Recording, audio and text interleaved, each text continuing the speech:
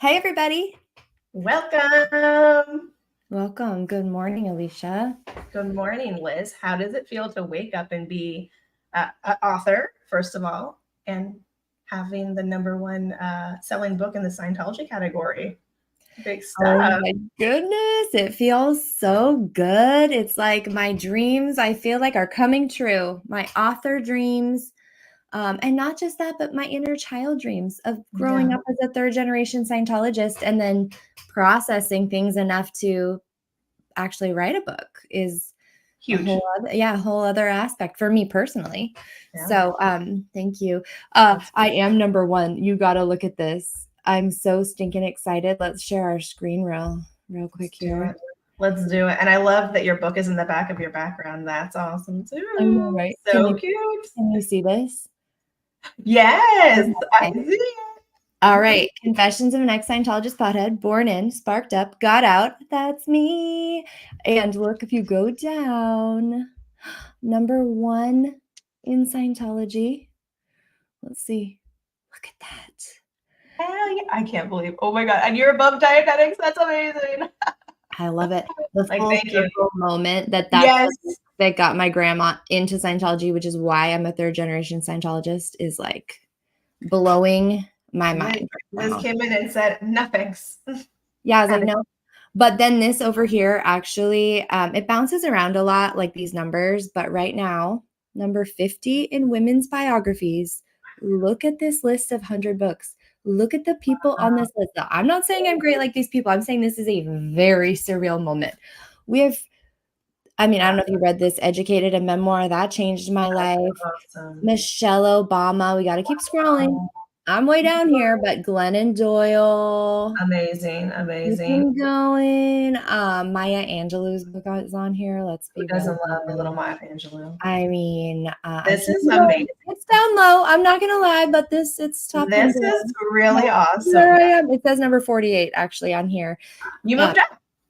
there's a little bit of difference between the bestseller and a new release Um, algorithm. They're like one or two off, but yeah, there I am, right next to little Judy Garland and Molly Shannon. no. Feels Like, pretty good. First page really, too. First page. really among some really amazing women and authors. And that's awesome. And this is your first book. I want people to realize this is her first book. Yes, this is my first book. How do I get this out of here? There we go. Yeah. It is. Yes, it is my very first book. And you know what's ironic is so many people who purchased it. And if you did purchase my book, thank you so much. You are literally making my dreams come true. This SPTV community is everything. Isn't it awesome? Seriously. Yes. Um, in fact, I just got all gooey in the heart that I forgot whatever it was I was about to say. I just had If a you purchase her book, moment. Yes, read it because read we it. will do a book club. We will. We'll probably give it a month. I know everyone's going to be waiting for theirs. I think mine gets in next week. I think Amazon says. Oh, okay. Yeah. Oh, that's what I was going to say. It's ironic because a lot of people are actually the very first people that ordered it should be getting them today and then tomorrow and trickling through the week. Oh, Yeah. I think it depends on where you were, like yeah. geographically and stuff. Yeah, I would say geographically where it comes from. Yeah. Right. But I ordered my author copies so that I could sign some or like do a little event or give, whatever I'm going to do with them. And they're not going to be here till September 1st through 7th. Oh, so yours is further out than mine because mine's next week. Yeah. And I was like, and I did everything I could to get it as quick, but that was what they. It's the author copy thing because I'm buying like 30. So they're Oh, probably skipping it media, which is much slower. I mean, I understand. I mean, instant gratification, how amazing I can even do it. But y'all are going to get my book before me. How So, funny. yeah. We'll see. I think if I can put a link here, I think we're supposed to have a mod, but we might not have a mod. So I'm just going to put this into the little chat. If anybody wants to pick up my book, I have to be smarter than the computer. I think I'm doing it. I see it. Well, it looks like if that works. If it didn't work, holler and holler and let me know. Yeah. But I'm so excited to be here with you. It is another Liz's quizzes morning, which I love.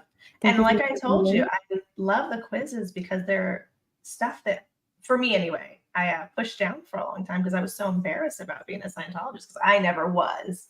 But like being raised in it, you're like, just don't think about it. Just don't think about it. I don't adhere to this stuff. It's wild stuff. So the quizzes are kind of fun because I'm like, oh, I actually know this. Oh, that thing actually that was true, because some of the stuff we hear, we don't know if it's true or if it's just someone saying it. Because I think all of our parents and the people around us have their own versions of many events. Right. Because a lot of the truths have been concealed over the years. And so, yeah, it's so interesting and intriguing. So I like them. And it's a fun way to learn, by the way. So Thank you. I feel like it's I had fun making them. But also there's a quiz, in the back of my book. So I'm not completely outside the mark here. But yeah, so I love them. I love the old school Cosmo quiz style quizzes where you would do the quiz and then it would assign you these like really witty, silly comment, like you're a this or you're a this. And then you're like, am I? Am I? Yeah, am I? Okay. My favorite one so far has been the upstat unicorn. I just want to be an upstat unicorn. I'm going to start using that in marketing somehow. Maybe it'll be like on somewhere on my next. That would be, that would be so funny. You should just start hashtagging it. I think people will get they'll get on board with it. Because upstat unicorn is pretty cool because unicorns probably don't exist. So an upstat kid also probably doesn't really exist because kids are kids and they're going to make mistakes. And we know this, but in the Scientology world, it's not necessarily like an acceptable reason. There's no such thing as developmental stages and phases and when your brain's developing and what you're learning and so much stuff that just is opposite of real world actual facts that people can go and get educated on. I know, right? Just saying. It's a wild place. Yeah. Well, you did an entire live, was it yesterday, about Scientology boarding school? Yeah. And even though my boarding school was not as much of a reform school, the boarding school I went to was Delphi, Oregon. So it was more of the like prestige Scientology school. But yeah, it's interesting to hear some of the. I think there was definitely different versions of it because Delphi was always like the prep academy. I've heard people refer to it as. Which is it was like a breeding ground for Sea Org recruitment. It was like, and I always thought that was so strange. Why bother sending your child to like a $50,000 a year school for them to join the Sea Org? It makes zero sense to me. In fact, it actually works against you in some capacities. And I wonder if Scientology understands the double-edged sword they've created. Integrity is like a really big thing in Scientology. Responsibility, integrity, and I don't know, ethics, I suppose, morality. And so how could they think they would train somebody in those three concepts and then toss them back into the world of Scientology, and that person wouldn't be like, hey, my integrity says you guys are abusive, I'm leaving, they create their own monsters. You did it to yourself, Scientology. You definitely did. You done messed up, Scientology. That's right. You dumb. And I think Scientology is now just starting to realize what SPTV community is, how it's hit a tipping point. I think it might not have hit it yet, but it's like on a trajectory. It's on its way up. Yeah, for sure. And like someone like Jenna Miscavige Hill. Actually, I think her channel just says Jenna Miscavige. Is that correct? It does. Okay. Which is smart because that's probably what her name was known in the Scientology world. 100%. Jenna, I doubt you're watching this, but if you happen to be, like, let us know what to call you. So I'll just call her Jenna. The fact that she hasn't even posted a video yet and she has like almost 10,000 subscribers, she probably does have 10,000 by now, is amazing. Amazing. Everyone's just like, what are you going to say? What are you going to say, girl? What are you going to say? And she doesn't even have to say anything. Even if she never posted anything, it's still there. Just the presence is pretty amazing. I mean, I hope she posts. But just the presence alone for many of us is like, wow, how awesome is this? And what a time. Like, probably most of us never thought we would be here. I don't, like, for me personally, I never thought I'm like, who cares? Because we personalize everything that happened to us because Scientology is so in a bubble and you don't talk about it and you're just, they put it on you. So you absorb it all and think that you're a bad little trouble particle, SP, a DB, a whatever little stupid acronym they want to say. And it's like, bro, we're taking back all of our verbiage. If we want to use it, we're going to use it. We can be an upstat unicorn, or we can be a little out ethics babe or a cadet, whatever we want to be. Whatever we want to be. Exactly. And it changes day by day too, because sometimes we're both. Yeah. I'm moody. Trevanon says just over 9,000 for Jenna. So awesome. If you guys haven't subscribed to Jenna, I'm sure everybody here has. But if you haven't, now's the time. I feel like we can be a part of history, right? This is history. This is another big chunk of stuff in the next 10, 15, 20 years. Yeah. People refer back to this the way that we refer back to some OGs from before our time. Yes, exactly. And her book, did you read her book? I did. I loved it. Loved it. One of my favorites, honestly. Me too. And it was one of the first second generation books. Plus she's a miscavige. So that's like fascinating. But I think she was both penalized. She was penalized a lot for being a miscavige. And that came through in her story. And I think we all can identify with like being penalized for other people and whatever other people like in our family were doing, high or low or whatever. So yeah, she directly inspired me to, I don't know, I guess be brave enough. That's what it is, right? Yeah. Be brave enough. Brave. Yeah.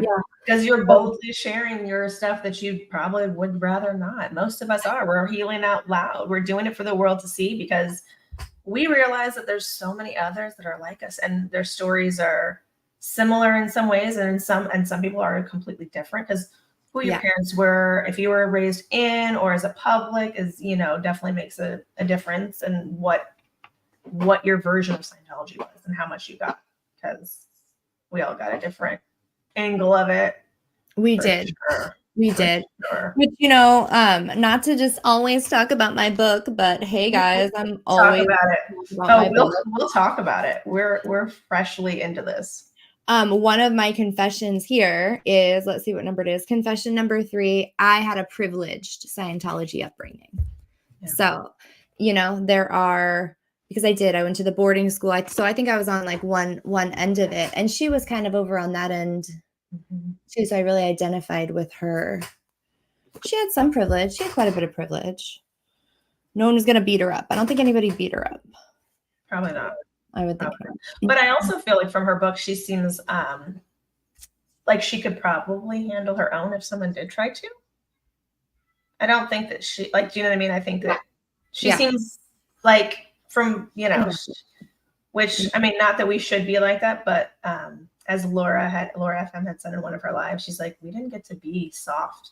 We didn't get to be gentle, which is so funny because I have said that so many times growing up, but I always just thought I'm the only girl in my family. And that's why I've got 3 brothers. So I always just alluded it to that. But then it's like, no, you have to look at it. My brothers are all pretty nice. I'm the mean one. And it's like, but why? Because in the Scientology world, if you're not, a little more tough, then you're going to be the one that gets pummeled over.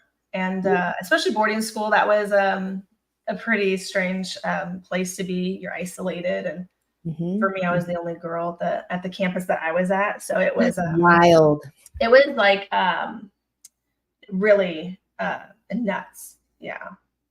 But I'm shocked that like so many people are like now talking about it. Cause I looked when I was first kind of going through my like looking at stuff and finally being at my breaking point and being like, you know what? Let me look and see, because I know I've hated it, but why?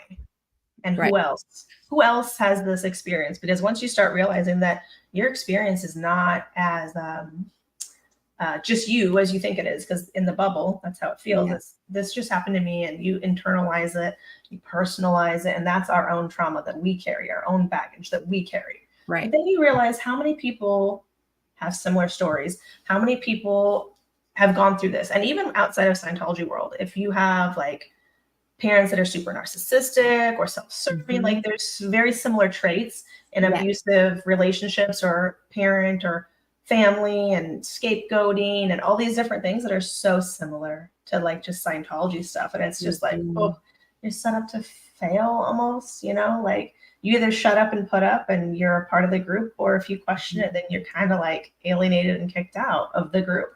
Which is it's sad because so many of our friends that we know don't have family relationships because they had an issue in Scientology with Scientology or with their family or their parents and whatever it was in whatever capacity. And they're just said, you know what, if you don't agree, you can just get out. Like, bye. Yeah. We don't want anybody that's going to question us. Right. Which is such a telltale sign of a super authoritative and abusive place, practice, organization, group, person. So it's all these things that we learn afterwards that kind of help make these pieces go together and make sense. And then you can kind of be like, well, it didn't matter what I did. So that's where I kind of have come to the conclusion.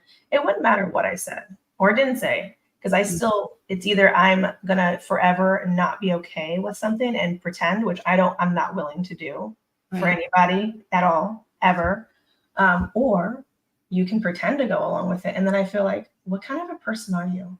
Like for me personally, that's what I would feel like. What kind of a person am I morally, ethically? Like if I saw something happening like this to somebody else, would I be okay with it? No.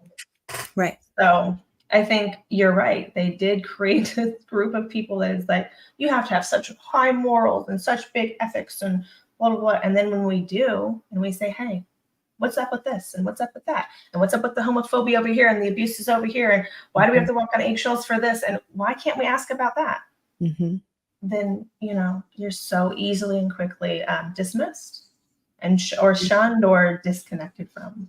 So that's it's a shitty situation that so many of us have to walk that line. And I'm definitely much newer being in the outside SP community, but it's been so nice because people are very nice.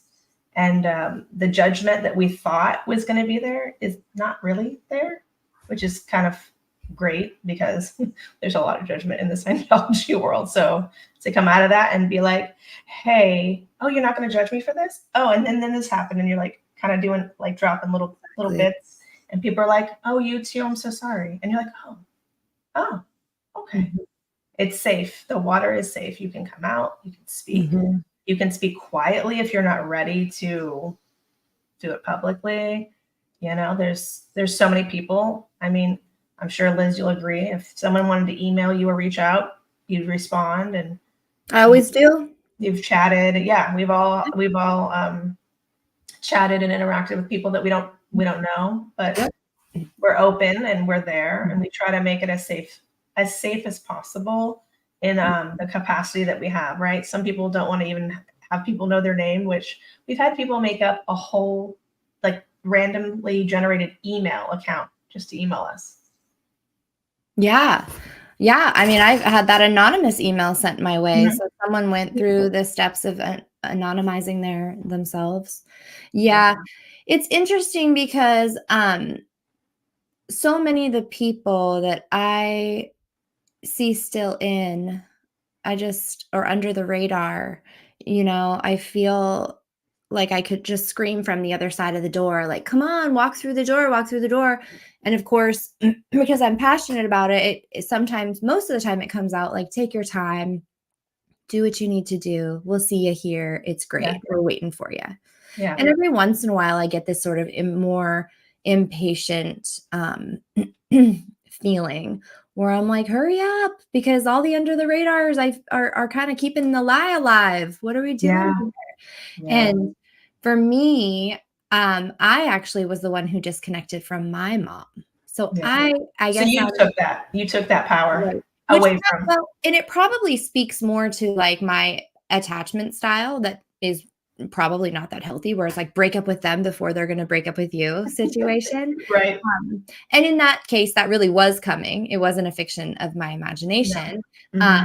And so I did try to take some control of this, of it. But I did get to that point where I thought about, how fickle a relationship can be. If someone is just like, well, I won't be friends with you. I don't want to talk to you. I don't care about your kids or your life anymore. Like, you're dangerous and evil. because I'm saying, hey, it wasn't okay for Scientology to lock Valeska Paris in a boat. It's not okay that they're doing security checks on young children. It's not okay that the people who were raised in the cadet org and were harmed and got no education have zero repercussion. I mean, not repercussion, but they're not getting any help. When Scientology has billions, or acknowledgement, even or apology, exactly, all those things.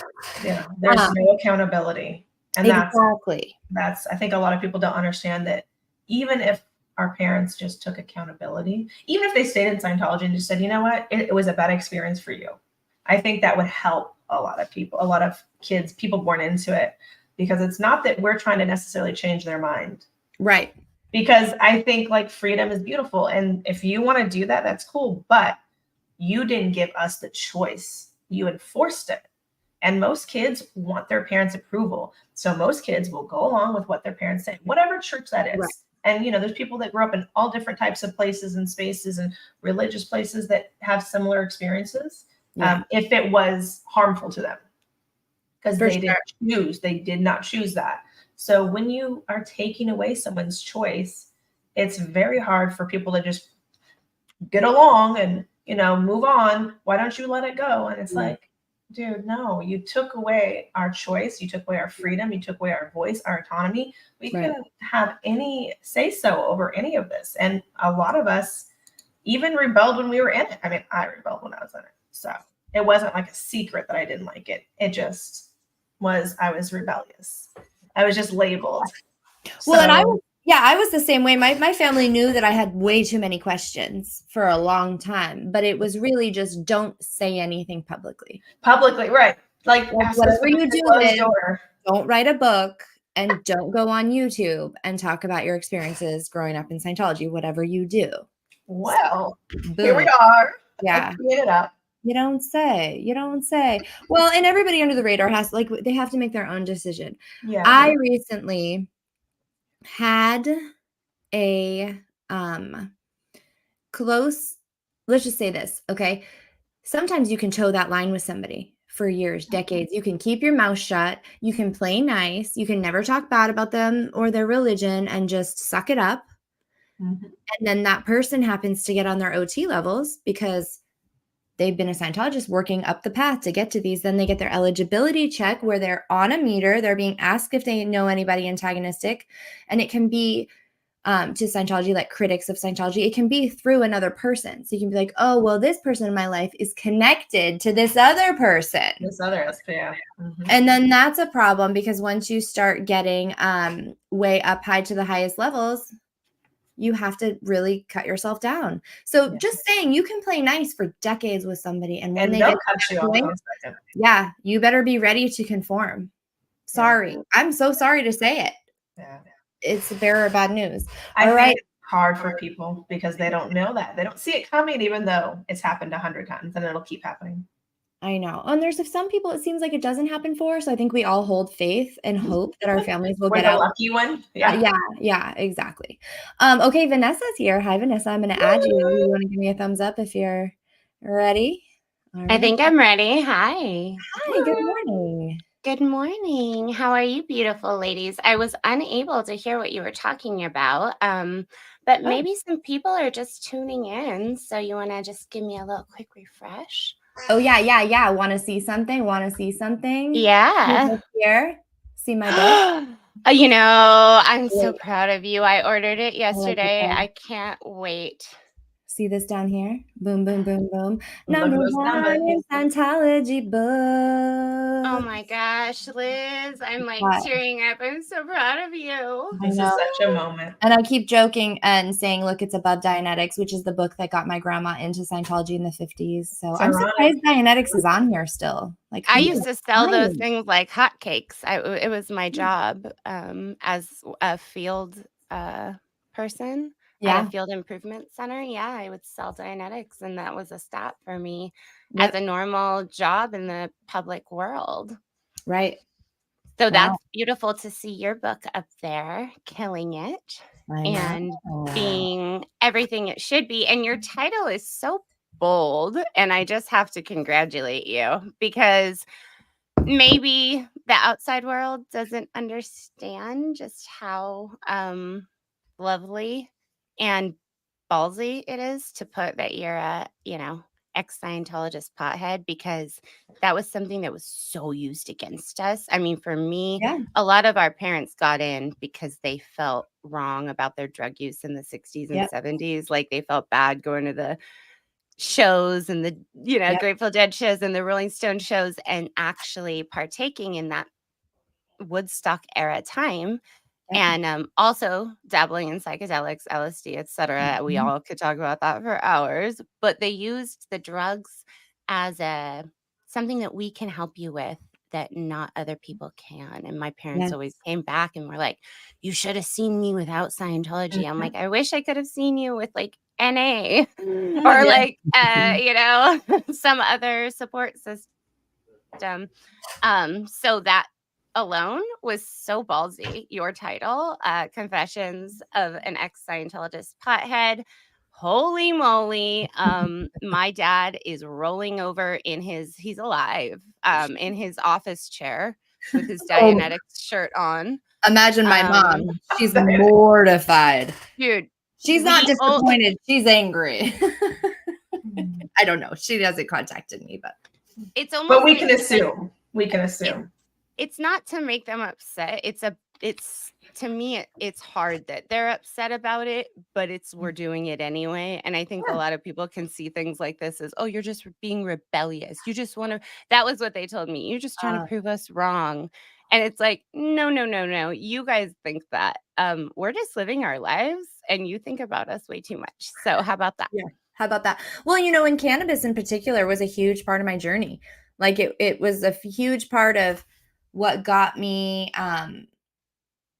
like within a month of the first time when I was a teen, my boyfriend introduced it to me. I had met a whole nother group of friends. I was making hemp jewelry on Venice Beach, opened up to this whole other, someone gave me the Celestine Prophecy. I don't know if you've read that book. Of course. Yeah, it was a huge pivotal moment. And then later in life, when the medical program opened here in Oregon, that was a huge part of why my family was so upset with me. And started this whole fracture. So to me, it's a little bit sensationalized because I'm like, I love cannabis. I think hemp, I was a hemp farmer. I love the medicine of the plant, the fibers of the plant. You can make hempcrete, which is a building material that doesn't even need to be insulated and is naturally fire resistant.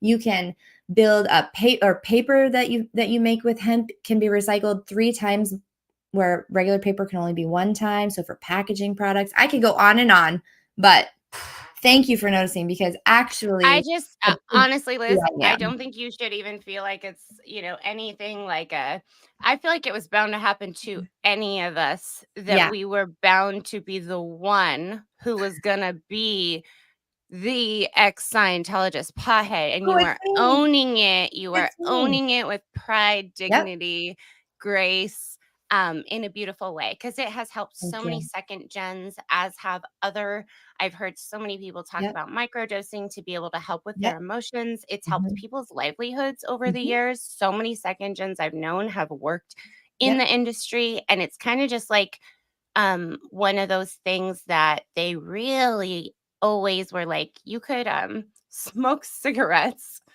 whenever, or you can like get wasted. I mean, you shouldn't really get wasted. Like, we got in trouble, but it was also the only thing we could do, right? Was drink alcohol. So we did because it was legal. But everybody else was out there, experimenting with weed or ecstasy or other things. And we didn't get that. We just drank and didn't talk about our emotions. So we were like very young alcoholics, at least for me. So experiencing like legalized marijuana in California has been so helpful in just calming down the nervous system and getting some rest and not having to worry about getting stats up all the time and stuff like that. Yeah, just being to help, chill out a little bit as far as the medicinal of it. I know the psychoactive properties affect everybody differently, but for me, it helped me. There's also the Scientology loophole with marijuana. I write about this in my book a little bit. Like, I heard you talking about it the other night about how you were like so smart playing the system. I very much played the system because alcohol is 24 hours. Then you can go back into auditing or course after 24 hours. Cannabis is 3 weeks. So it's a 3-week vacation. I only got away with it a couple of times before they were like, this isn't going to keep working, right? And I was like, I think it might. And then I got No, you got PTSD past type B. way further than I did, because I used to say things like, well, okay, so if I go to Amsterdam, because they would always say it's like It's against the illegal. law. Yeah. So that was for me. I was just Right. stopped right there. And I'd be like, but it's the laws of the land. And they'd be like, no, it's more engrammatic. And they would like, engrammatic. That's a word. I'm making it. No, probably. I get it. It makes you more yeah, susceptible to recording things in your reactive it mind. also apparently makes the Dianetic engram lock, whereas so does alcohol and other substances. But in their mind, the weed is it's a drug lock. And then you have to redo your Purif, and then you have to do your drug rundown all over again. And it has to do with your spiritual freedom. So in their mind, if you're smoking weed, you're literally putting locks on your engrams, which are these emotional memories in your mind that you allegedly carry from lifetime to lifetime, but you're literally just partaking and you want to go smoke a joint. So sorry. You're going to have either you or your poor parents who are working their butt off, who just want you to be a good child, pay for all this. Yeah. Well, and that's the thing, my parents did have that kind of money. So the more trouble I was in, or like needed life repair, or I needed some mental health help. They just threw Scientology at you instead. They're like, here, do this. Exactly. This will cover it all. Yeah. And it never fixed me. And I found more solace in the community of sort of like new age spirituality, like hippies, I suppose, in California when I, was raised at that time, that I just like, I sound so old. I'm not like talking about the 70s. I was there like late 90s. But there was an acceptance there too. It was my first like sort of like jumping into that outside world, like all these degraded beings making hemp jewelry on Venice Beach. And like, I actually traded, I have a tattoo. It's like I don't show it often. I mean, I don't know why you guys would see my back. But I traded an eighth of cannabis for this when I was 16 on Venice Beach. That's not in my book. Next book. But those people really taught me that there was something else, and that people might be kind of nice. And that was the first time I thought they're maybe not all so crazy and horrible. I had that with the punk rock rockabilly culture. Oh yeah. Who are just so accepting of, They are. If you want to be a freak, if you want to be a rock and roller, if you want to dress like Priscilla Presley, they will let you and hail you. And that to me was like, I needed to just be and like have loud music. I also started in the new age community quite a bit, but I also knew like from day one, I didn't want to be a cult hopper. So I had that in mind, that was a common thing, that people leave Scientology and they're kind of looking for the answer. And so I did go. I got certified in tarot card reading. I went to quite a few months of like one-on-one classes with a master at the Psychic Eye in the Valley. Cool. And it was really cool. And I love spirituality stuff. But I've also had to learn so deeply for myself how it works. I've had to learn philosophy. I've had to learn psychology side by side, so that I hear all the different ideas and then can weigh them for myself. And so I do love to dabble in spirituality, but I also see how it works to control people a lot. And there's typically corruption in any structure, no matter how good it is, right? So I love that stuff. And I loved learning the history. I took a class called Science and Religion with Carl Sagan's nephew. Oh, cool. I was just looking at it this morning. I have this book right here, When Science Meets Religion. And when you start looking at this stuff, when you start really comparing when the philosophy and the psychology meet, holy moly.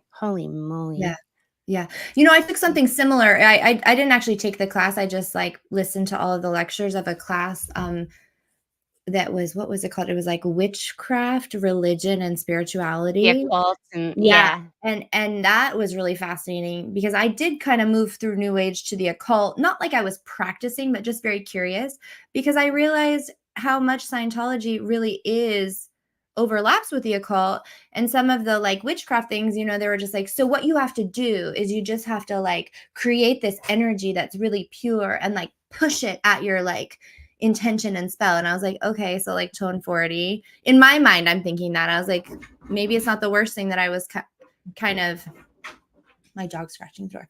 I don't know. It's just interesting how much it overlapped. I realized I was raised as a witch in some regards. Yeah. Because I always identified as a teen witch, and my mom didn't like it. I would have my little book, and she'd be like, that's other practices. And I'd be like, if you get to choose to be a Scientologist, I'm going to be a teen witch. Ooh, I wanted to be a teen witch so bad, and like the jars and the apothecary. And then my mom, you were, Liz. I think you were. I think I was. Well, then I grew up. My mom actually made all natural soaps and body care products. So she had this huge shop with like all these essential oils, and I got to learn all about that kind of stuff. And that's actually why I had so much time to watch this witchcraft, religion, spirituality thing, was because I was doing a lot of handwork, you know, so I like could listen. Yeah. So I want to say one thing before we move on from your studying thing, because I did have an experience that I want people to be prepared for. So when I went into public school for the first time, because I'd always gone to Delphi like you, Liz, or other schools that were very segregated, like Mojave. I had only gone for a short time to Mojave. It scared the crap out of me, Alicia. I had to come back. But you know, there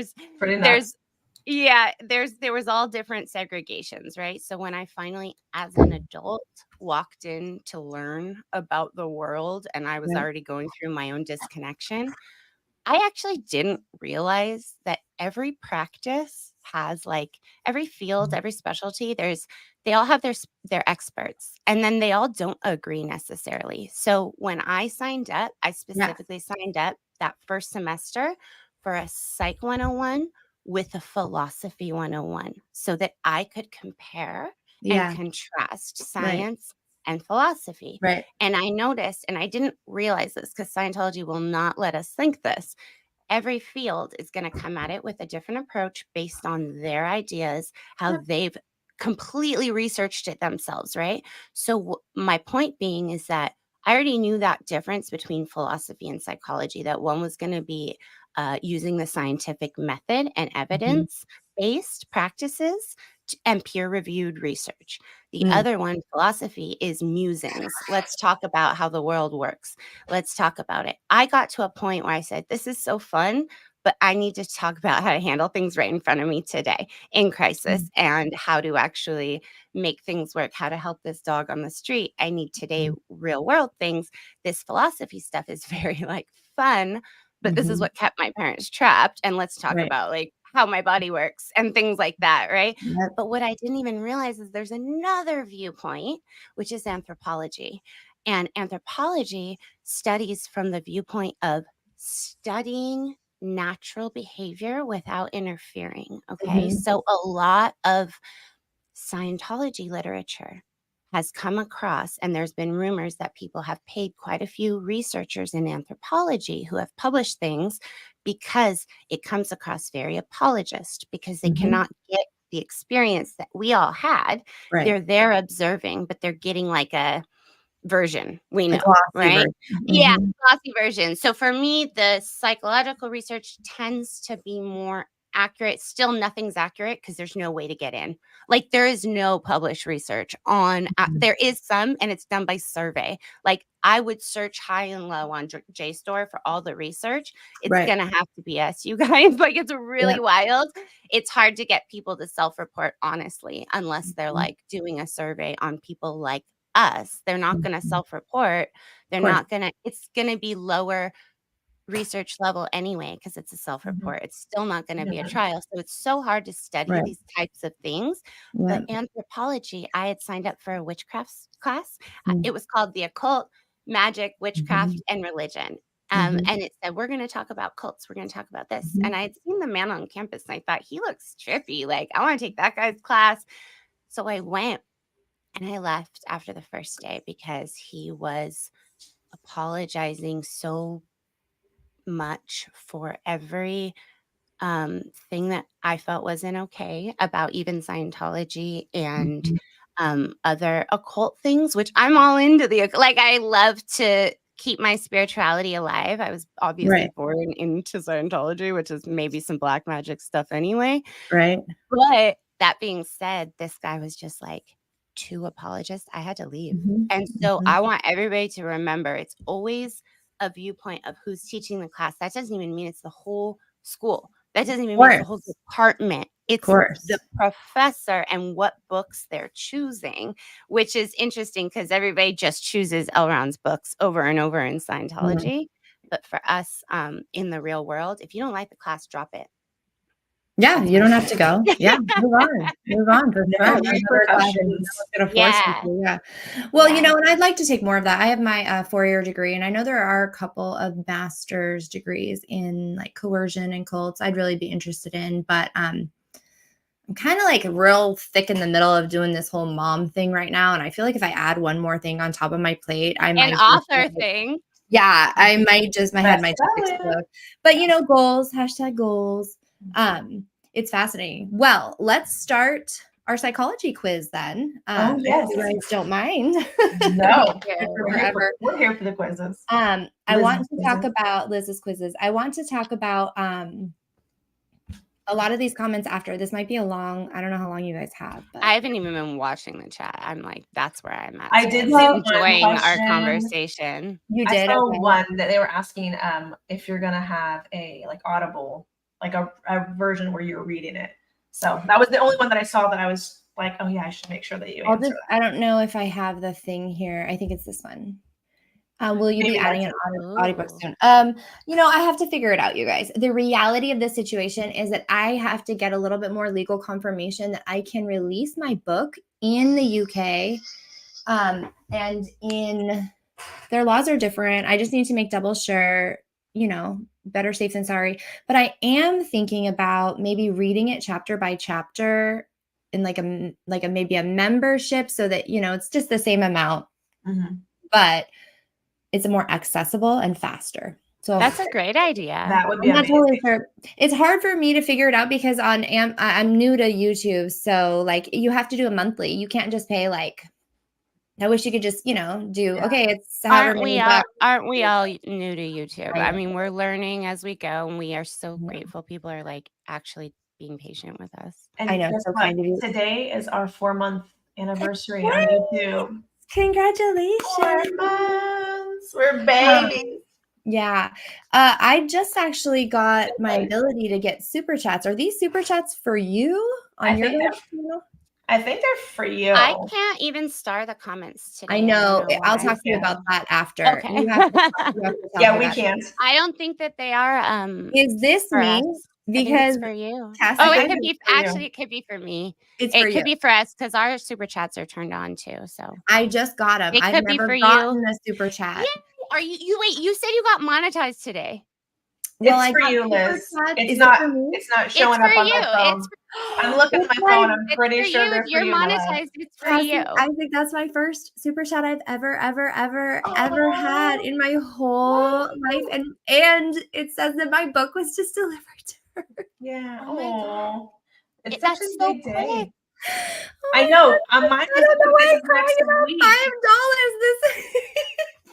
It's the thought. It's the thought that your voice is important. People care. People give a lot of shit about you, about your story. Being you being you is like sending people want to support you. Isn't this so beautiful? Thank you for supporting Liz. Thank you for supporting everybody on YouTube. You guys are amazing. We didn't grow up thinking this was ever going to be an option. So you guys are supporting all of our Liz's. I know. And I think Liz is here too. Liz, I saw you in the chat, Liz. Yeah. Oh my God. I got to stop. Whew. Well, wait. There might No, it's okay. Keep going. There might be a Liz in the background too. Ma'am, put your head up. Uh-huh. When she said, I saw Liz is here. I'm like, oh wait, there's a Liz in the background too. Liz is everywhere. Oh, she's listening on her phone. Oh, I love that. Hi, Liz. Oh my goodness. Oh, you sitting in front of my tech balls. Okay, well, Liz, don't forget to speak up with your answers then about the quiz.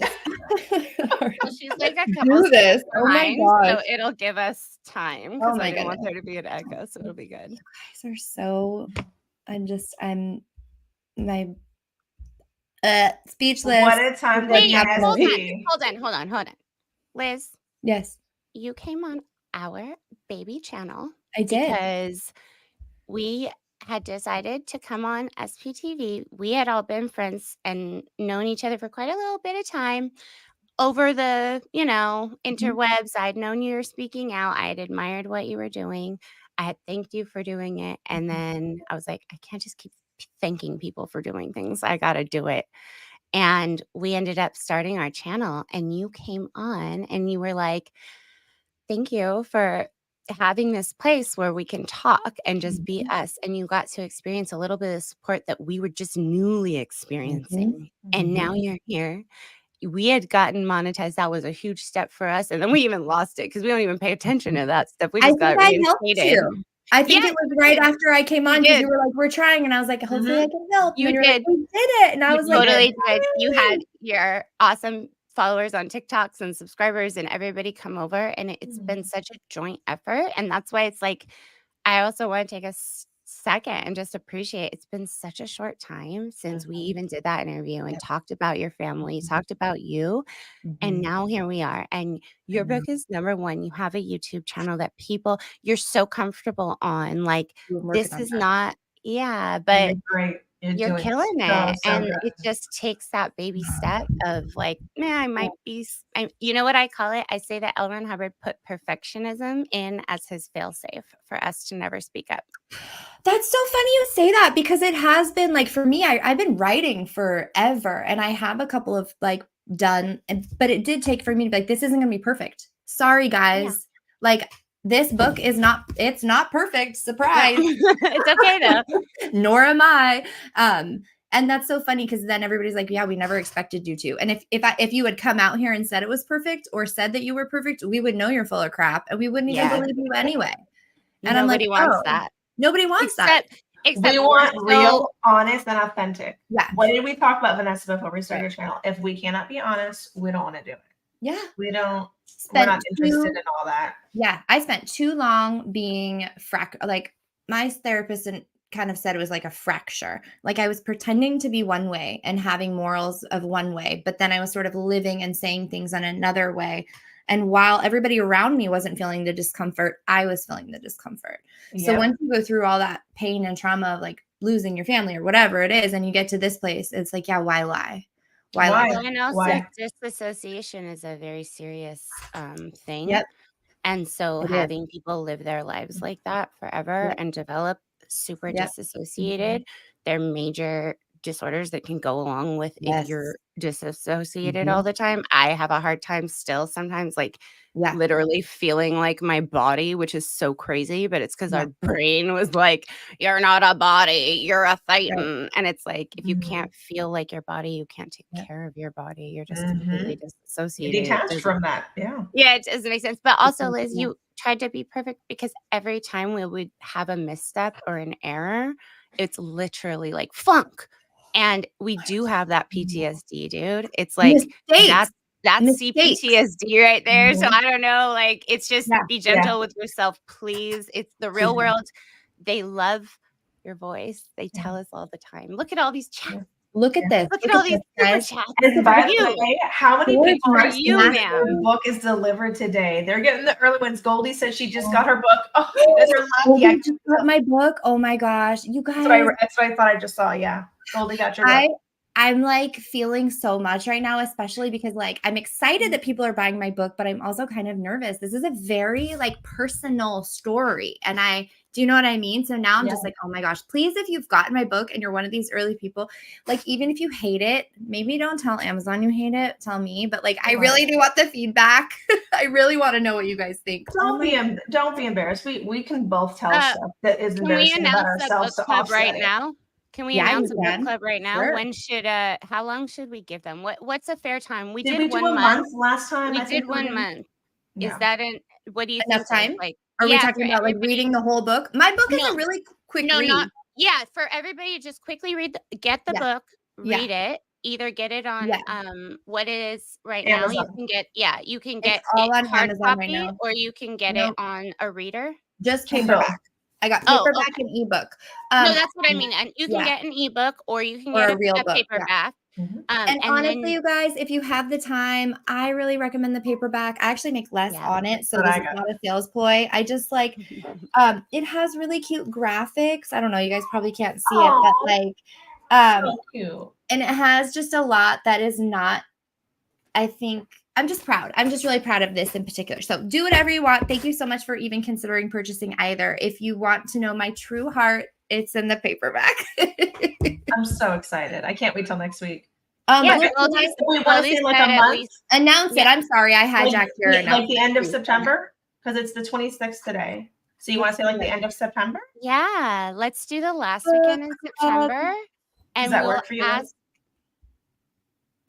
Well, we can schedule it later, you guys. We can confirm it, but I'm just saying for an announcement in general. There we go. Yeah. Oh, perfect. I saw you were thinking. I saw the face of thinking and trying to get it done. Stop it. I have such a concentration face. It's like no, it wasn't bad. I just no, it's really bad. It gets really bad. It looked like you were getting those powers, those SP powers. Let me just tell people what the book club will be. So if you guys could order a book or get the online digital copy, read it. You can take your time. 1 month is quite a bit of time, but it's plenty of time for everybody to get it and read it. I'll have it done by probably a week from now because it's coming real quick.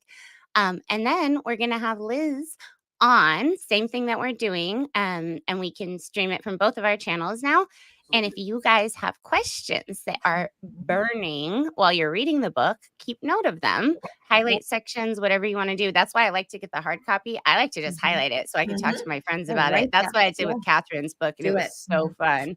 So if you guys all want to do that, we had so much fun last time, and everybody put their questions in the chat.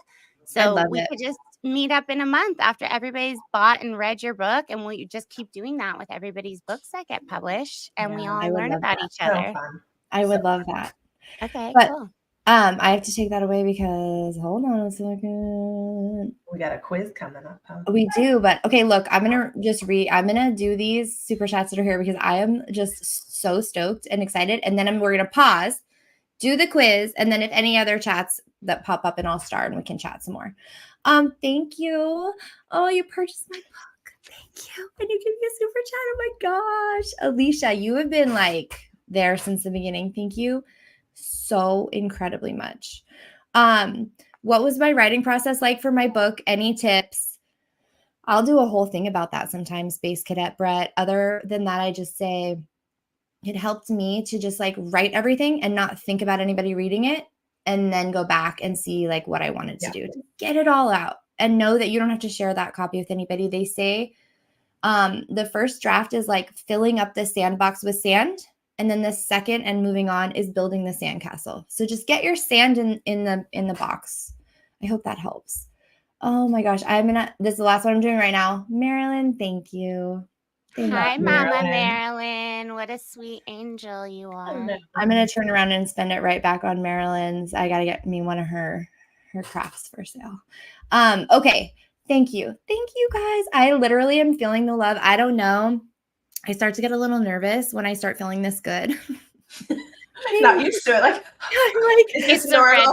it's a red flag, isn't it? A little bit. I woke up this morning. One of the first things I asked my husband, I was like, "Where's the eggs that we need to run?" Well, I said, "Do you think anything bad's going to happen today?" And he was just like, "What?" He's like, "Why would you say that?" And I was like, "I don't know. I feel like I'm making some like waves, maybe." And this just like really confirms.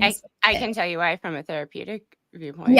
Yeah. When your brain changes and you're in a new area and you're trying something new, that everything we do normally is comfortable, right? And you have been moving into an area of complete uncomfort. And so your brain systematically will check and say, danger, danger, this is uncomfortable, danger, danger. Yes. And you just have to know that's going to happen, and then tell your brain, it's okay. I'm okay. That's just a little warning. Thank you for warning me. Right. Today's going to be a good day. Yeah. And my husband is so good at that because he doesn't experience the things that I experience. Yep. So I'll be like, is everything okay? And he'll be like, it's totally fine. And I need that. And I need for him to like actually believe it, because we've been together since, in my early 20s and his early 20s. So if it's not okay, I can tell in his voice. So the fact that it's okay, it's like, now, totally. Yes, I know you're hearing codependency. I know you're hearing this right now, but possibly just hearing that a little bit. Yeah. But I will say that good to have healthy people that don't have like, more of a chill vibe. I like chill people. And it helped me in particular this morning because I was like, what have I done? He was like, it's also accomplished called one of your major dreams. And I was like, oh yeah, okay. Yeah. Number one. It's called reality checking. And it's very normal to do with people bouncing who you trust after a cult experience. Totally. You just say, hey, is this normal? Yeah. Like, I trust how you think, but then is this normal? And then you start to not think that what they're saying is good anymore, and you start to think for yourself. That's what happened with me. I would be like, I don't agree anymore. I guess I'm good now with this whole reality checking. Right? Don't tell me anymore. I liked my delusion. Let me go back to that. I'm just gonna pull this one up, you guys, because this is Cassie Marie. She is one of my great fellow TikTok creators. She's here on YouTube as well, but that's where we met and bonded. She has cult stuff, and she just got my book. I hope it lives up to the hype. Okay, let's do this dang quiz. Let's do it. Are we ready? We're ready. Okay. I chose this one in particular, created whatever, with you guys in mind, because I love the psychology conversation. So me too. Welcome to Liz's Quizzes. This is Psychology of Cults quiz, terms and concepts regarding cults. Now, just like all my other quizzes in the past, I feel like some question, it might be pretty darn easy, but we'll see. We'll see how you do. No pressure. It's a little early, so forgive me. No pressure. I don't have my notes in front of me. Thank you. I know, right? And again, I don't know. I feel also kind of like an a-hole because I'm like, hey guys, I'm gonna come do a book tour and I'm gonna quiz everybody. And it's like, I'm not trying to be a smarty pants. I thought it was gonna be like more personalized, but we could do this too. Well, fine. What the hell? Sorry, I let you down. Hey, if we get a flunk, we get a flunk. I wasn't studying for like real world things when I thought about this. I was thinking it was like Scientology based things. Kind of. Okay. Yeah. Okay, we'll get into it. It's all like cult related psychology, but it's not Scientology specific. We'll just Here's a question for you. Oh, look, me and my book. We talked about this. Let's move on with our lives. Oh wait, did I say buy my book? Okay, we're done. Guys, buy her book. Yeah, please do. If you want to know all my dirty secrets. Are we chiming in? What are we doing? I'm gonna read them. This is gonna be pretty easy already. I could see that. See, so I'm gonna I'll read them and then you guys can answer, and we'll just let. Do we just yell out the answer? Sure. A couple of people in the chat. Are we letting people in the chat answer though too? Like what? How's this? Yeah, I'm gonna read it out loud, and by the time I read it, they'll be able, if they can put it in, then you guys can say what you think. How about that? Okay. Trevenon's always worried that they're gonna know all the answers. I'm here to make you feel smart. Okay, so I'm here to make you guys realize how much you know from consuming all of this SPTV. Well, this is also a trick question. If you have more information, because this is a two-part question, to be honest. Like you could say what the answer, but I have more to say on the answer. This is why this quiz is for you. Okay. I'm going to read question number 1 of the quiz now. What term describes the process of leaving a cult's influence or control and regaining autonomy? But only one of these is actually like a technical psychology term. Is it deprogramming, A, B, mind liberation, or C, segregation? A.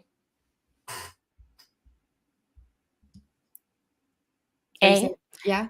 No, it's obviously A, but they've done a whole smear campaign on that as well. So the anti-cult, cult people, whatever, they say that Rick Ross and everybody who was involved in the Cult Awareness Network.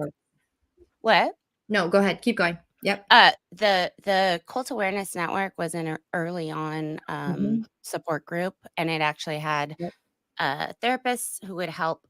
And it was before the internet. It was back when we couldn't just hop on YouTube. People had to slip a note to a secret location and have a secret phone call.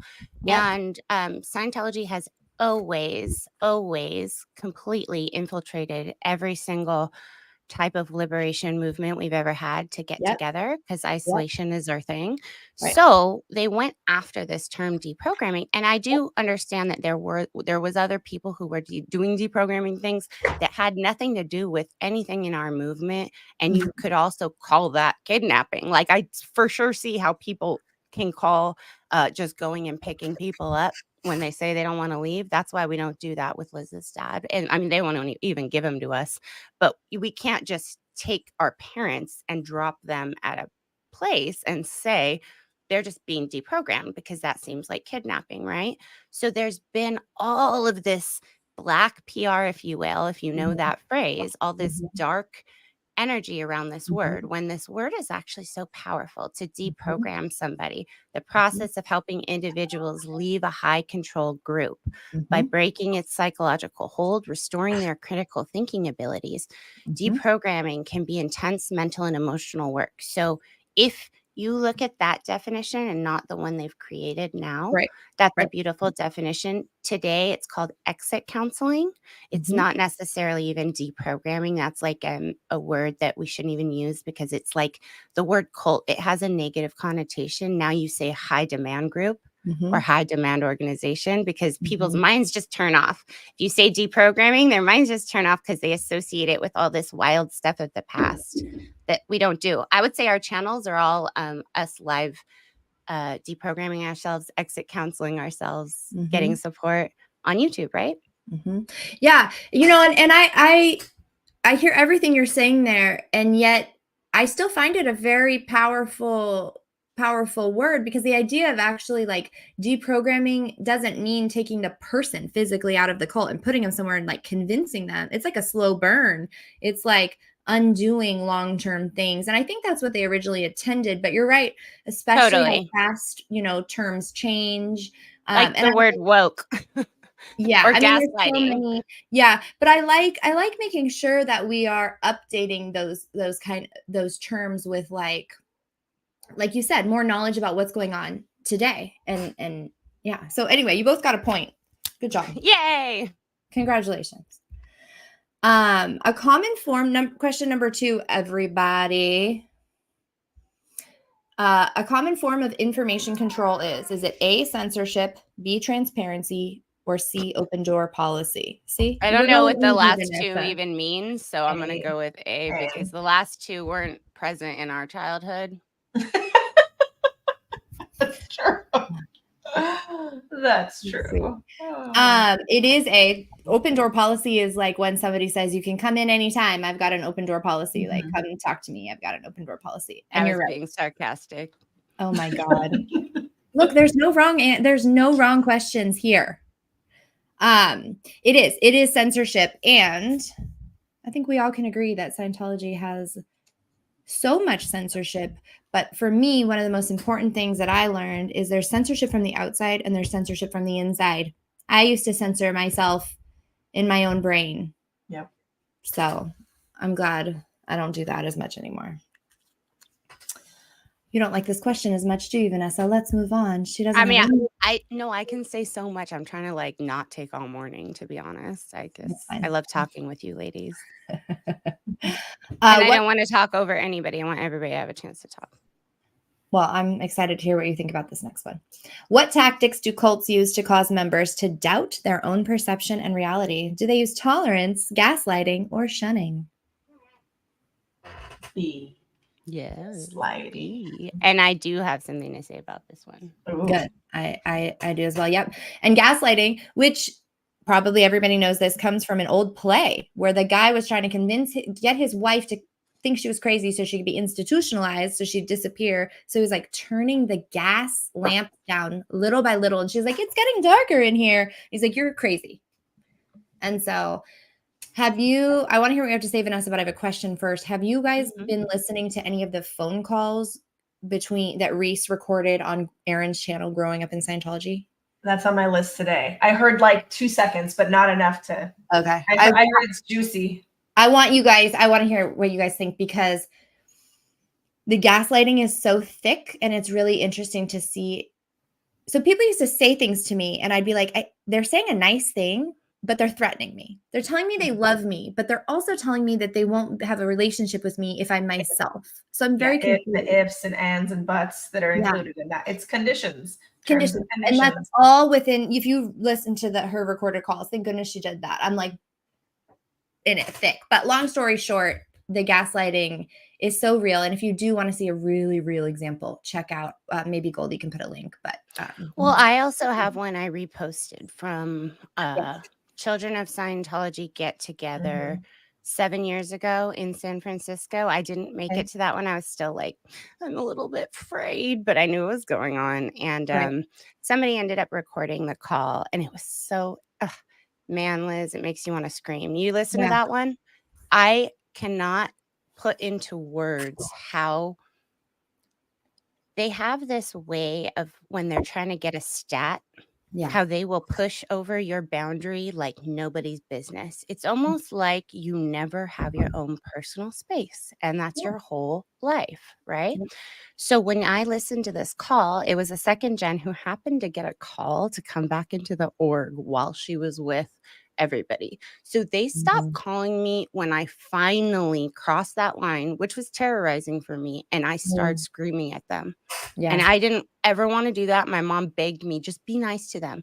And if I would be nice to them, I would be caught on the phone for 3 hours. And they just don't take no for an answer. When somebody wants something from you and you try to explain your boundary and you say, actually, right now, I'm not feeling that. I don't want to come into the org. And they say, but how about tomorrow? Because you know that they're actually going to be punished if they don't get their stat. That's you feel bad. You feel responsible. You're like, okay, fine. I'll go into debt so that I can buy this new book of L. Ron Hubbard reprints that you have to do so you can go to bed, my poor friend from childhood. And you end up feeling so bad for the situation they're in, even, and that they're pressuring you. So the whole thing is so creepy, but the gaslighting thing is so constant that it becomes, and it's become pop psychology, pop culture takes words that are really important and have a really deep meaning. And then they make it not that important, and they make victims not that important, so that when you say, I'm being gaslit right now, people say, yeah, me too. And it's not true, because it's now kind of a pop word.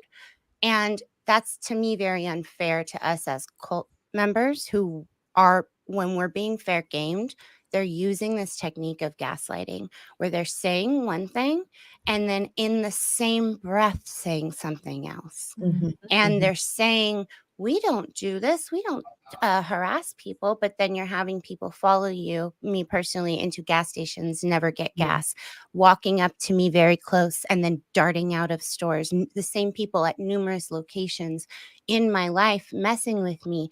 And my own father's telling me, honey, they don't do that. Honey, they don't do that, back in the day, right? So how are you supposed to ever know what's real? It's your parents, everybody who raised you, every teacher, every friend saying, I think you're being a little bit delusional by paying attention to the outside world. Like, are you looking on the internet? What are you thinking? And then we have to find each other and literally undo this. So it's when someone makes you doubt your thoughts, feelings, memories, causes confusion and self-doubt. That's why I identify as having like a complex PTSD, because we're constantly checking our reality.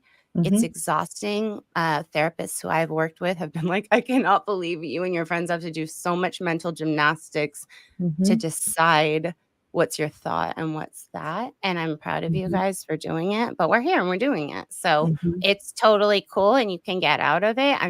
I get mad when people don't take it as important as it should, right? You know, it's funny. I think our opinions differ on that a little bit. Like the term of gaslighting for me, I feel like it does get watered down. Like most things get watered down when they get into like mass society. But part of me is really happy that the concept of gaslighting like is so common now that you could say, like, people might dismiss it, but at least they're dismissing a concept that they have a very rudimentary understanding for, which might not have before. I think of things as like the tipping point, like a pendulum swing. like nobody knew what gaslighting was. Like think about Paulette Cooper, and she's like, I'm trying to explain to you what's happening, and they didn't really have a word for it. So I feel like it swings the other way. But if somebody identifies with like, that might be happening to me, I might be being gaslit by my partner or my church or my group or, you know, whatever it is. I love that then the information is so accessible because of the internet. Like, it, you know, it's like a sprinkler that's just like. I agree. I've seen L. Ron Hubbard repurpose words my whole life. So it scares me when people only know half of a definition or something. And then it can be changed and it's not really that concept. Like what we went through was gaslighting. So if people do get that, I'm so happy about that. And they can start putting it together. It's just when they start saying things like, somebody lying is gaslighting. That's not gaslighting. Gaslighting is creating an environment where you're making people doubt their own reality. That's the gas. But it depends what you're lying about, right? Like if you're cheating on your partner and they're like, I know you're cheating on me. I know you're cheating on me. And they're like, no, I'm not cheating on you. And they're lying to you and they're creating a false reality with that lie. And they're making you think you're crazy because they're saying no, but you're hearing from your sister or somebody saw them at the mall. I don't know. I mean, I guess we can totally have different opinions about it. Yeah. No, totally. I think it acts, in my opinion, it definitely acts as gaslighting. And there are one-on-one cults and one-on-one abusive, battered women's situation. Of course, it acts as gaslighting. But when you're taking, like, gaslighting is like a war tactic. Like it's an actual like thing that people employ, like Scientology uses. So yes, it is true. It's a commonality. I agree. I just want to make sure that people take it seriously when actual people in like cult camps are being held without their will in double wides. It's just it's different than somebody like that glue looks good on you, but it really doesn't. So that when social services go out, they understand what's happening. It's not just pop psychology, you know? Narcissism's like that too. People are like, ew, he said the wrong thing to me. He's a narcissist. It's like, actually, narcissism is like a diagnostic, like clinical condition. So you can, you know, show signs of it or like, but yeah. Anyway, technicality. All right, let's spectrum disorder too. There's about 5 types of narcissism. You can't just say narcissism. Yep, exactly. Okay, question number 4. Why do cults often discourage contact with family and friends outside the group? Is it to build stronger bonds within the group, to maintain control, or to provide a sense of belonging? Is it a trick question? Is it all of them? I'm going to go with B, but is it a trick question? Because I feel like all of them. I feel like it's B, but it's also B. Because then they only feel like they belong to. I worded that one wrong. It is to maintain. Okay, I thought B too, but but I see what you're saying now that I look at it with fresh eyes, for sure. But also that's kind of how abusive relationships work as well. Isolation, anybody that knows and loves you and would stand up for you and question or make you question what you're doing or what's going on. That's a no. That's a please, no, thank you. Get out of here. You cannot be standing up for this person. That's right. Or family or whatever. Yep.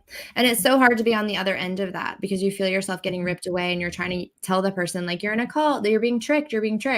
People ask me all the time, like, well, what's the best thing I can do? And I mean, I do not have a family intact with my Scientology family. So I failed at it, but I think it's like, just be there because shit's going to hit the fan eventually. Eventually it is. If they're in the Sea Org, online stuff can be great. Like, hey, you don't even have to physically give somebody like a Visa card. You can be like, hey, you have $500 in this account. If you need to run away in the middle of the night, you don't even have to call me. You can access this money like this. You can get a motel room. You can get a prepaid phone card. Send a gas card. Yeah. Gas, whatever it is. Yeah. And I hate to say everything comes down to money, but like when a lot of it does. And when you're in the thick of like, how am I going to get out of this? Yeah. How am I going to get out of this? You have to have resources. Where am I going to go? Who's going to help? Yeah. Who would understand and love me and welcome me in? So I think our extended families were huge in that. And for me, I don't know about for you. Hopefully, I think Vanessa has said the same thing. Right. Like our extended families that are not Scientologists have been huge. Yeah, that was in my head where I would run away to. Not that I did because they were too far, but that was what I hypothetically had dreamt about. I also heard somebody else talking about, just last night I was listening to a live, I'm not sure if it was you, Liz, about the extended, I mean, you were talking about your extended family being affected too. Somebody else was talking about their extended family, and the hardest part for me has been, yes, people want to be there for us, but we had to kind of cover for our parents our whole existence. So when I would go see family in other states, it was like, yeah, we're totally normal. We're great. Oh, I'm yeah. so great. The PR. And then Put it on. Put it on their PR. afterwards, they just like now, sometimes I'm explaining this and they're watching YouTube and it's awesome, but who has the time to watch everybody's YouTubes? First of all, I don't expect anybody to be able to keep up with anything, but it's almost like it hurts more when they don't watch the aftermath or they don't want to then watch our YouTubes because they say they want to be there. And I believe it, but at the same time, they're still so worried about their relationships with my family inside of it that I'm kind of like, but wait, you guys were, that my whole existence, I thought you were worried. And so I tried to keep it cool, at least while my grandparents were around, because that ended up being the final acts in our family was Scientology for sure and mental health. But that being said, we were always so trying to keep it cool because we thought people would do something. And now it's like we're out here and now you guys are more worried about keeping your relationships with the people inside. Not like they really are, but sometimes I feel like they are. Like, but that's my nephew or that's my brother or whatever. And I'm just the spawn of that family member. So they want to be there for us, but they really want to be there for their family member. I think people are willing to walk on eggshells because they know that you won't leave, but they know that that other relationship is very conditional. And I think and parents do this too with kids. When you give the attention to the kid that is whatever, needs it more, and then the other kids feel like, why didn't you give me the attention? I've heard people say that. And the parents will say, well, they needed more attention, but it's like you had all these kids equally. So it is hard because you're like, what about us? Like, I know that we're not in the disconnection mindset the way that maybe our other family members are. So it sucks because sometimes you feel like it seems like people have to choose or they choose to walk a line. And you're like, what the hell? I would never do that. That's been something for me because I'm like, I would never make my family members choose. Like, I don't want anybody to not talk to anybody. If I choose not to, that's for me. I hope that everybody else chooses not to so that they have people on the outside of their little bubble of Scientology so that it's a double bind. It's a double bind. There's no winning or losing. It's that they need people on the outside. We need help. It's not okay either way. And it's because Scientology did this, not anybody else. Right. It's just it's built into the fabric of the fuckery that Scientology is. Exactly. And I think Goldie sums it up so well right here. Yeah, Goldie. LRH, absolutely. I know, I'm like, are we allowed to? I don't want to mess up her stream. She's monetized. It's fine. Okay. I don't know what's happening with we're just going for it. I don't know. I don't want to play by the rules. Let's do it. Okay, what's another way to describe the word brainwashing? Enlightenment, A, enlightenment, B, thought reform, or C, freedom of choice. Not A and C. How about that? A and C. Yeah. It's like, It's B. Is the final answer. Yep. And I guess I put this up just because I don't use the word thought reform a lot. And I feel like that's kind of antiquated, but brainwashed is another one of those terms like cult or gaslighting where it does get really kind of overused, but it has no purpose to me anymore. See, I to me, it works against us. See, I could see that. I think I love that my 9-year-old every once in a while will be like, I think this show's trying to brainwash me. And at least the cognitive skills are there. Yeah, it's a very palatable, introductory concept. Okay, well, you guys got that one right. I know you're gonna probably maybe some of the harder ones at the end you might not know, but you'll know these. What my favorite one to receive? That's so funny too, because I love this question too. What form of manipulation includes compliments and adoration? Is it called emotional pampering, affection overload, or love bombing? Bomb. Dropping bombs. I'll take C for my best-selling author, baby. All right. You guys are right. And I never even heard about this until after I left Scientology. Oh. And then I was like, oh yeah, they do that all the time. You're Oh, such a same. big being, Yeah. Liz. Like you can do this. Yeah. You know, you're just whatever, blah, blah, blah, blah. But you better be careful out there. Because if somebody's coming on a little too sweet, whether it be a romantic partner or a job or whatever it is, like watch yourself. Watch yourself. That's a bad sign. Yeah. That's why wait, hold on. Go This ahead. is why cults are so damaging to overall psyche. Because here's the thing. Earlier when you said, yeah, I start to like, it's a good day, I get a red flag. Okay, this is the problem. You want to talk about trust issues? After you've been love bombed so many times, you cannot help but to just be suspicious of people's intentions when they come on excessively loving with a lot of attention, because it is a technique. The whole thing is balancing which is which and knowing and taking with a grain of salt, remaining open, but also being aware that love bombing is a thing, right? Yeah, which is why I think it's especially hard to be so vulnerable, right? Like to come out here and do like a channel or whatever. Because yeah, if you have people that love you, you're just kind of like, why? I mean, I'm speaking for myself here. Yeah. Or, Why? like, I know, me too. I said the same thing. I was like, do you think anyone really gives a shit? And Vanessa was like, no, honestly, I think people will. And I was like, really? We I don't met know. someone who's like really, to us, we thought was really cool, who had already followed, like was subscribing to our channel and knew who we were. And they were like, wait, I follow you guys on YouTube. And we were like, wait, what? Like, Well, like where's it's wild. Right. I think Willie Weed, and this is one of the things that, you know, I tell my kids in particular, you know, that old adage, like actions do speak louder than words. So it is one thing to be like, oh, I love you, I love you, I love you. But, you know, it's when you need help. Are you there for that person? Which is why I know it sounds a little silly probably, but like these super chats are so much more than just a super chat to me, because it's like an affirmation of love and support. It is. And it's like a literal representation of somebody like putting their money where their mouth is. That old adage where it's like, I don't know. Totally, And I know you're not Osa, Totally. because I know Osa would not do that. And for some Osa reason, Osa totally would spend a budget. They have literally billions of dollars. But the thing super is, chat me, Osa, super chat me. they will. They'll super chat you all day. I'm not going to say that's not Osa at all. But the problem with that, because they have a budget. What do you think? They're not going to spend money taking us down? This is all we have, you guys. They already spent $9.99 on my book. They have, yeah, of course they're going to spend $99 to take down Liz Gale's book and deliver a stat of an effective blow. Stop. But the problem with this is that they've handicapped our resources for so long. And we haven't had that extra outside love, which we're feeling now and we love. And it sucks that we have to be careful about that, because we know about love bombing and we know about all of it. So we appreciate it. We're feeling so good for it. It's what we've needed.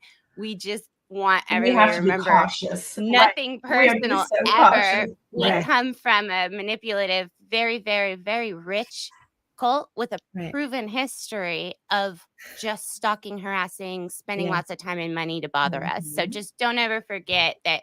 Please don't take it personally if we're just not getting back to you right away. Literally be like, well, these people deal with spies and infiltrators all the time, so maybe like I won't take it personally. True. I'm Googling you. I'll get back to you later. Thank you. Yes. Or like if you friend request us on social media, like on personal stuff, and we don't, it's because we're private on that. Right. That's I'm like not anymore. I've been infiltrated for 9 years on Facebook. They had me disconnect from my own family. So I'll try to keep out people. Sometimes I'll add them or not. Honestly, they've been on there for so long before when I thought I was private. They had people writing knowledge reports on me. So there's no privacy online. Keep the KRs coming, little snitches. Oh, cute. Keep the KRs coming. We're still here. Yep. This is my favorite concept. What is cognitive dissonance? Is it a feeling of happiness, conflicting thoughts or beliefs, or a method to improve memory? What is it, Vanessa? You better know this. No, I'm just kidding. Oh, I literally have written so many papers on this, so I'm going to try to keep it short, but holy moly, read the definition, if you will.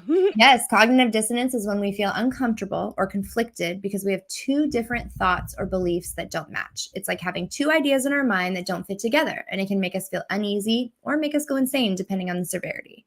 That's I not want the to hear you technical guys' definition.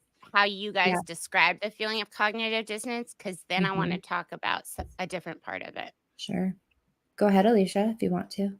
This is something that me and my husband actually love, and he calls it CD. So if we good. see it, he just will have our little acronyms. Not that it's not even meant to be like Scientology-esque, but we'll be like, oh, there's the CD, it's kicking in. Usually we would have it when we were talking to my mom, who's now deceased, and she would have issues with Scientology but couldn't talk to anybody else. And so she would have one issue, right? Like there's the big umbrella of Scientology, and she'd be like, this one thing I don't like. And they've been doing this, and I saw this and this and this, and give examples of it. And then I'd be like, well, why do you think that they allow that? Why do you think it's been happening since the early days, the 70s when you were in? Why do you think that if you've written reports and other people have spoken up and written reports, why do you think they don't change that? Do you think it's because they just don't care? And because they just want your money cherry picking to and benefit? And she would get part of it, and then part of it she would go back on. And it was you could see it in her. You could see her being like, I don't like this, but Scientology's not all bad. Don't put the bathwater out with the baby. And I'd be like, but mom, it all goes together because it's a fluid thing that they have sold you on altogether. And it was very hard for her to see that. She would say, David Miscavige is running it horrible. Hubbard is not. And I'm like, he made the stuff that Miscavige is implementing. So you like, how do you like, it's kind of maddening. And I know a lot of older generations think and say it was different when Hubbard was in charge, which I'm sure it was because it's evolved and become more abusive over time. But that's kind of that was like the hard thing for me, because I'm like, well, as someone who grew up in this is how it was for me. And have you had that feeling yourself, Alicia, of cognitive dissonance? What does it feel like in your brain? It seems like you're fighting yourself. It seems like you're like push-pulling yourself. That to me, that's what it would feel like. And then you're trying to analyze which way makes more logical sense. Because me, I like to have logical reasoning. I'm emotional as a person, but I like to have logic for when I'm, because emotion is fine and that's beautiful to have, but I like to make logical decisions usually. So that's what it feels like. What about you, Liz? When my cognitive dissonance really finally kicked in to the point when I had to do something about it, because I'd experienced it a little bit through my life, and it felt like a lot of energy would build up and then have nowhere to go.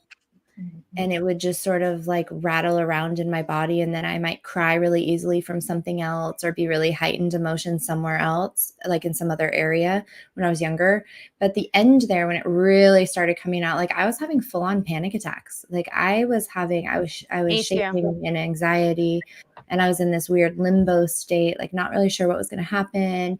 And the hardest part for me was that I didn't have like a strong felt belief against another belief in Scientology. I started out just rejecting all of the Scientology. I didn't have any values of my own to replace it with. So cognitive dissonance for me wasn't like necessarily like a push and pull as much as just like a free fall. And I started like, it felt like the things underneath me were like not going to catch me anymore. So, but the things that caught me before weren't even healthy. Like I'd have a free fall, and then I'd get down to this point where I was like, well, I'm a Thetan, and like everything, I'm pan determined. So everything's my responsibility. So the fact that like this person broke up with me is 100% my fault. It has nothing to do with them at all. It's all me. So if I go do more Scientology, I can fix that. So that's where I just got like falling and trying to catch myself with these like Scientology actions and beliefs, and eventually it just didn't work anymore. So hope that answers your question. It was very physical. I had a lot of physical sensations.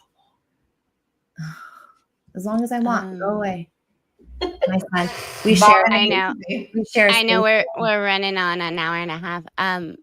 But so I've had to study this so deeply, and to me, the cognitive dissonance is so uncomfortable because it means that our behaviors are different than our beliefs typically. And we are holding different ideas in our head of what we think is right. Scientology is filled with contradictions. So like your mom, Alicia, cherry picking what works, my parents did that too.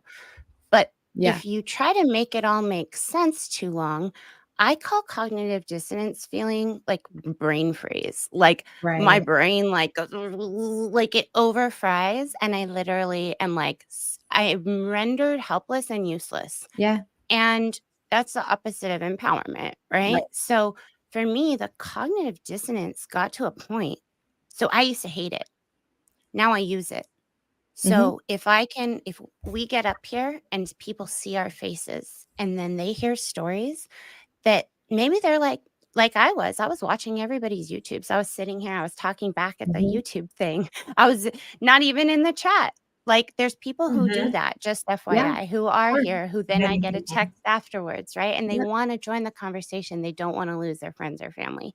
Right. So what's happening is I'm living my normal life even in the real world, yet still afraid of Scientology. And for me, that's cognitive dissonance. That's why I have these two different things pulling me. I'm trying to live a normal life. I work in mental health, for God's sakes. I lost my family 7 years ago, and I'm still afraid to talk about it publicly because of what they do to critics and what has been reported time and time again. It is their method. It's their policy. I know that. I knew what I was walking into. Everybody does. So the thing is the more people who get up here, they say, hey, I knew Alicia. Hey, I knew Vanessa. Hey, Liz Gale's doing it. Okay, like let me get up there and talk about my Delphi thing. Because we've talked about how many hundreds there are. Right? Like hundreds of people who are not talking up right now. So when people see us, they get that brain freeze feeling. And I don't wish it on them. It's not fun. But what happens is then they're motivated to action. And if enough cognitive dissonance builds, you use that as your motivation to then change your life and get out of a dangerous situation. So that can be so positive. And that's almost what we're doing by talking about our experiences is people inside of the bubble also watching this is like, wait, they're actually correct. Like, that's why they said don't look on the internet, because it's like, how could that? I know those people are not suppressive, though. So how can Scientology be true if these people aren't suppressive? And it's not, and it falls apart.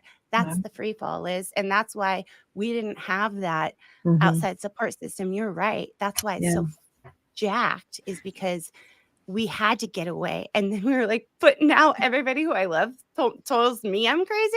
And I'm like, essentially had no education, no outside connections. Yeah, we could have stayed working at Scientology companies forever and like killed ourselves because it's literally so boring of an existence that you just droll along and get your stats up. Like that wasn't going to work for me either. So we just had to figure something out. Right.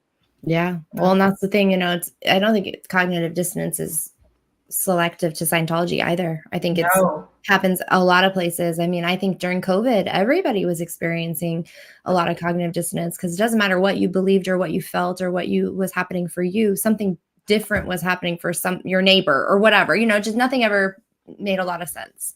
So I think and I can't start anything, but I did want to read this.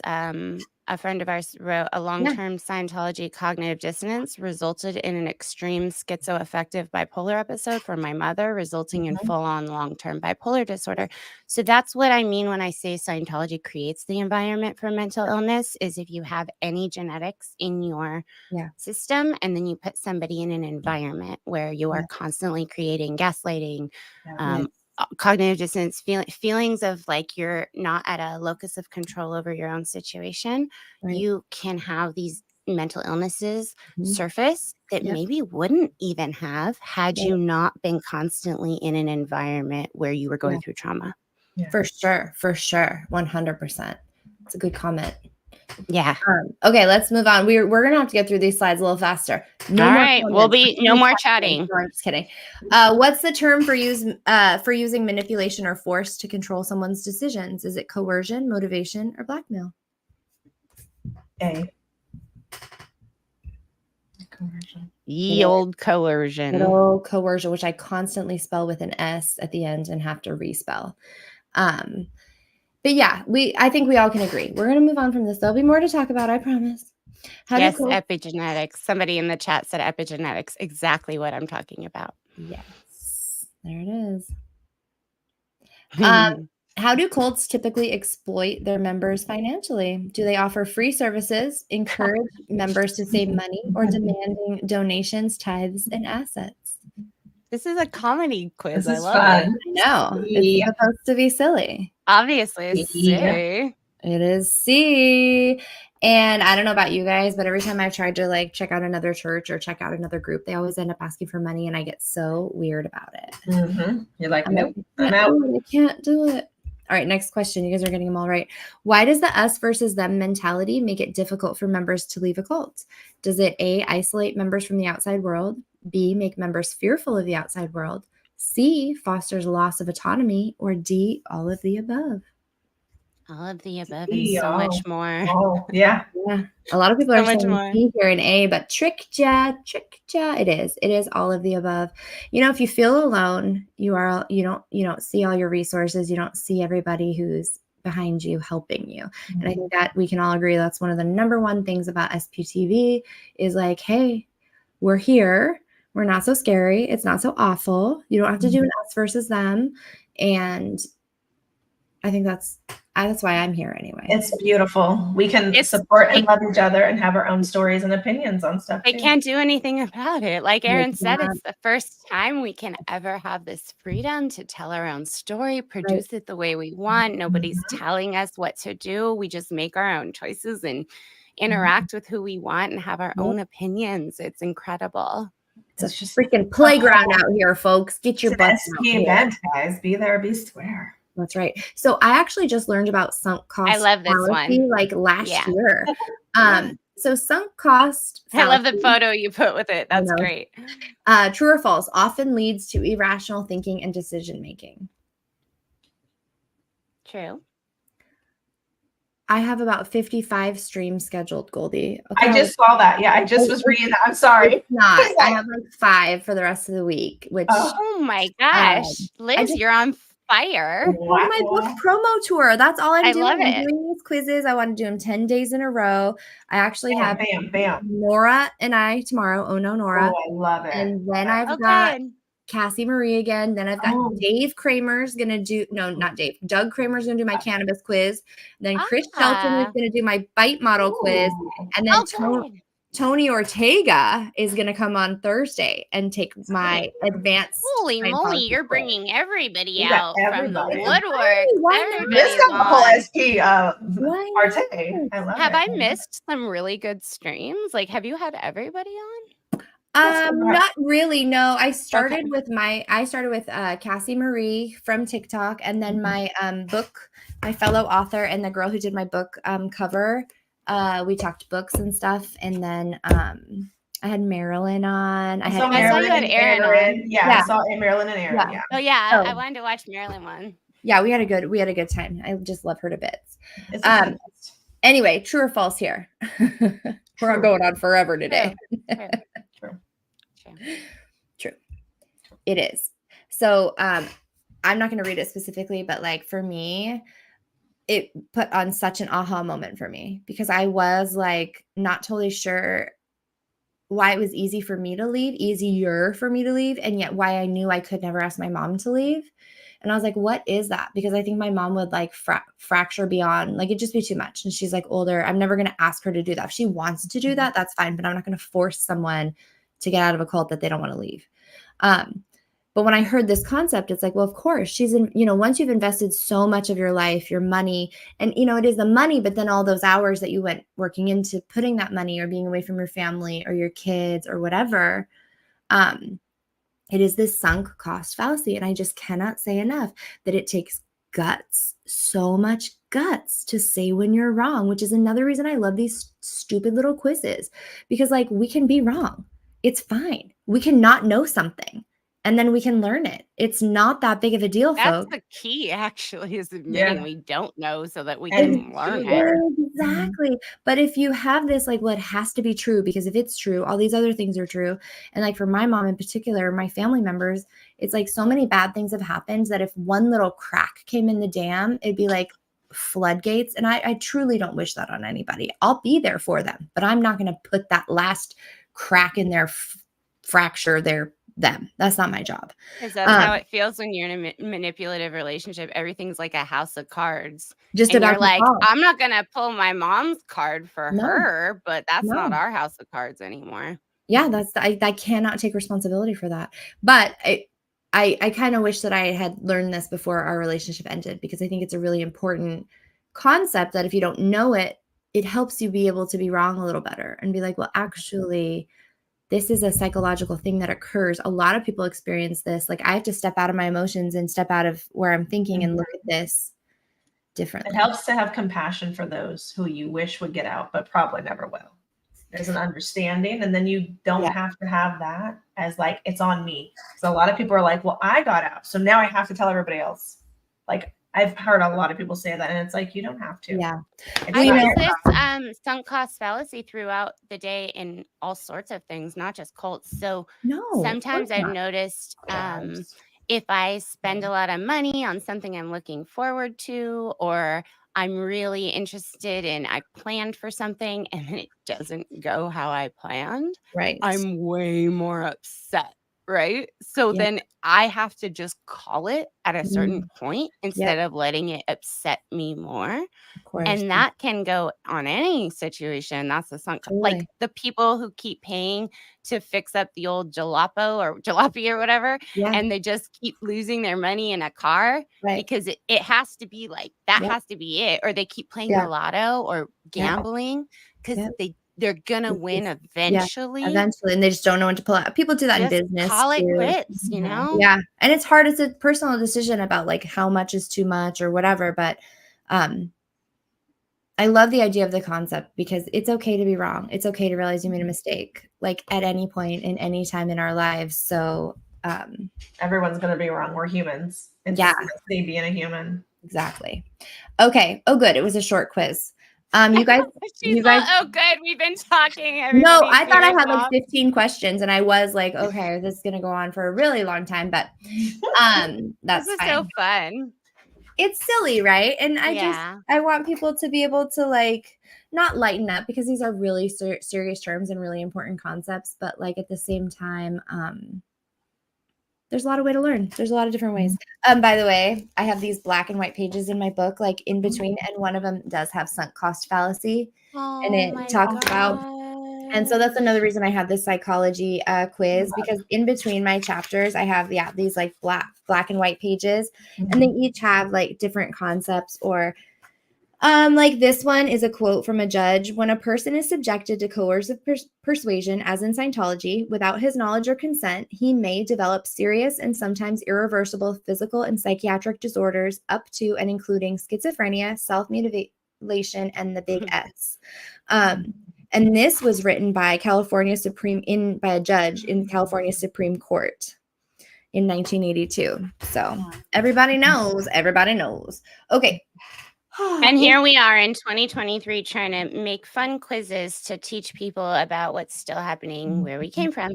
Hey. Yeah. But here we are in 2023 with the balls to say who we really are. Liz, does your low back hurt from like how big your balls are? Because me and Vanessa have been having such bad back problems, and I know yours must be. Wait.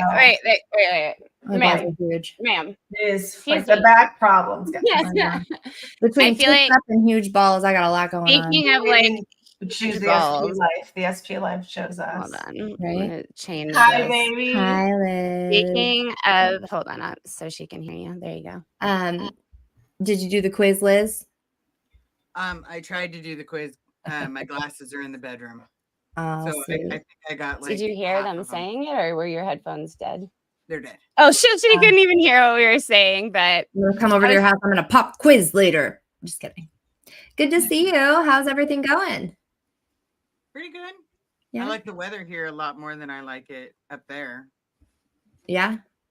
All right. Well, I hope you guys have like one of those things where LA will always be home, but then it can never be home. Yeah. I feel like that about all places, pretty much. Even my home. You know, everywhere, my best friend growing up, and she'll hopefully be on SPTV at some point, but everywhere we went, they would always say, "You girls aren't from around here, are you?" Oh gosh. And that really was our thing. And just recently I was up in NorCal And lady goes, I could tell you're not from around here, huh? And I was like, no, I'm from LA. She's like, I could tell. I was like, nobody ever thinks I'm from anywhere, to be honest. That's like our thing. The best day will be when you go to like a Scientology thing and they're like, you're not from around here, are you? That will like, never no, happen. I'm not. We are the SPs, mister. I'm pretty sure we're have, not from around here. flags going on. Yeah, no, they'll always Right? be like, yeah, you, the theta one with the theta eyes, you belong in here. Like, don't pick me. I will not volunteer as tribute. No, thank you. Are you a theta potato? This is from Maryland. Oh, that's a little potato. A little Yeah. family you potato. got That's a so theta cute. potato. Theta potato. Yeah, and from Maryland. Oh, you know that was the highest compliment a young Scientology girl could get. I never got it, so. Oh, I was always like, you little theta potato, you're such a little theta girl. Did you hear on our interview with Karen? Karen couldn't even help it. She called me and Lara theta girls because that's how they like want to communicate that you're filled with affinity. You have happiness and joy. Yeah. But you know what I mean, Liz, right? You're theta. Both of my Liz's are theta potatoes. Alicia, you've always been in theta because you like that shit. I am in theta.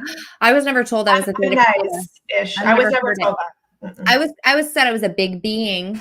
That was interchangeable. Well, now you're a big being with big balls and low back problems because your balls are so big, Liz. That's what it takes to have a book and be the number one. Oh yeah. Don't even try, guys. You're not going to compete with her on her balls. I have to tell you guys that I just said this before, and my goal. Let's see. I am one book away right now. Let's see, from selling. I'm on 99. Somebody better go order one. I might just order Go two. buy a book. Everybody go buy a book right now. I might just go order two. I'm going to ship you a few so you can sell it in case this goes a bust and we don't have to do OnlyFans. OnlyFans. Degraded daughters and daddies right here, degrading you Ron style.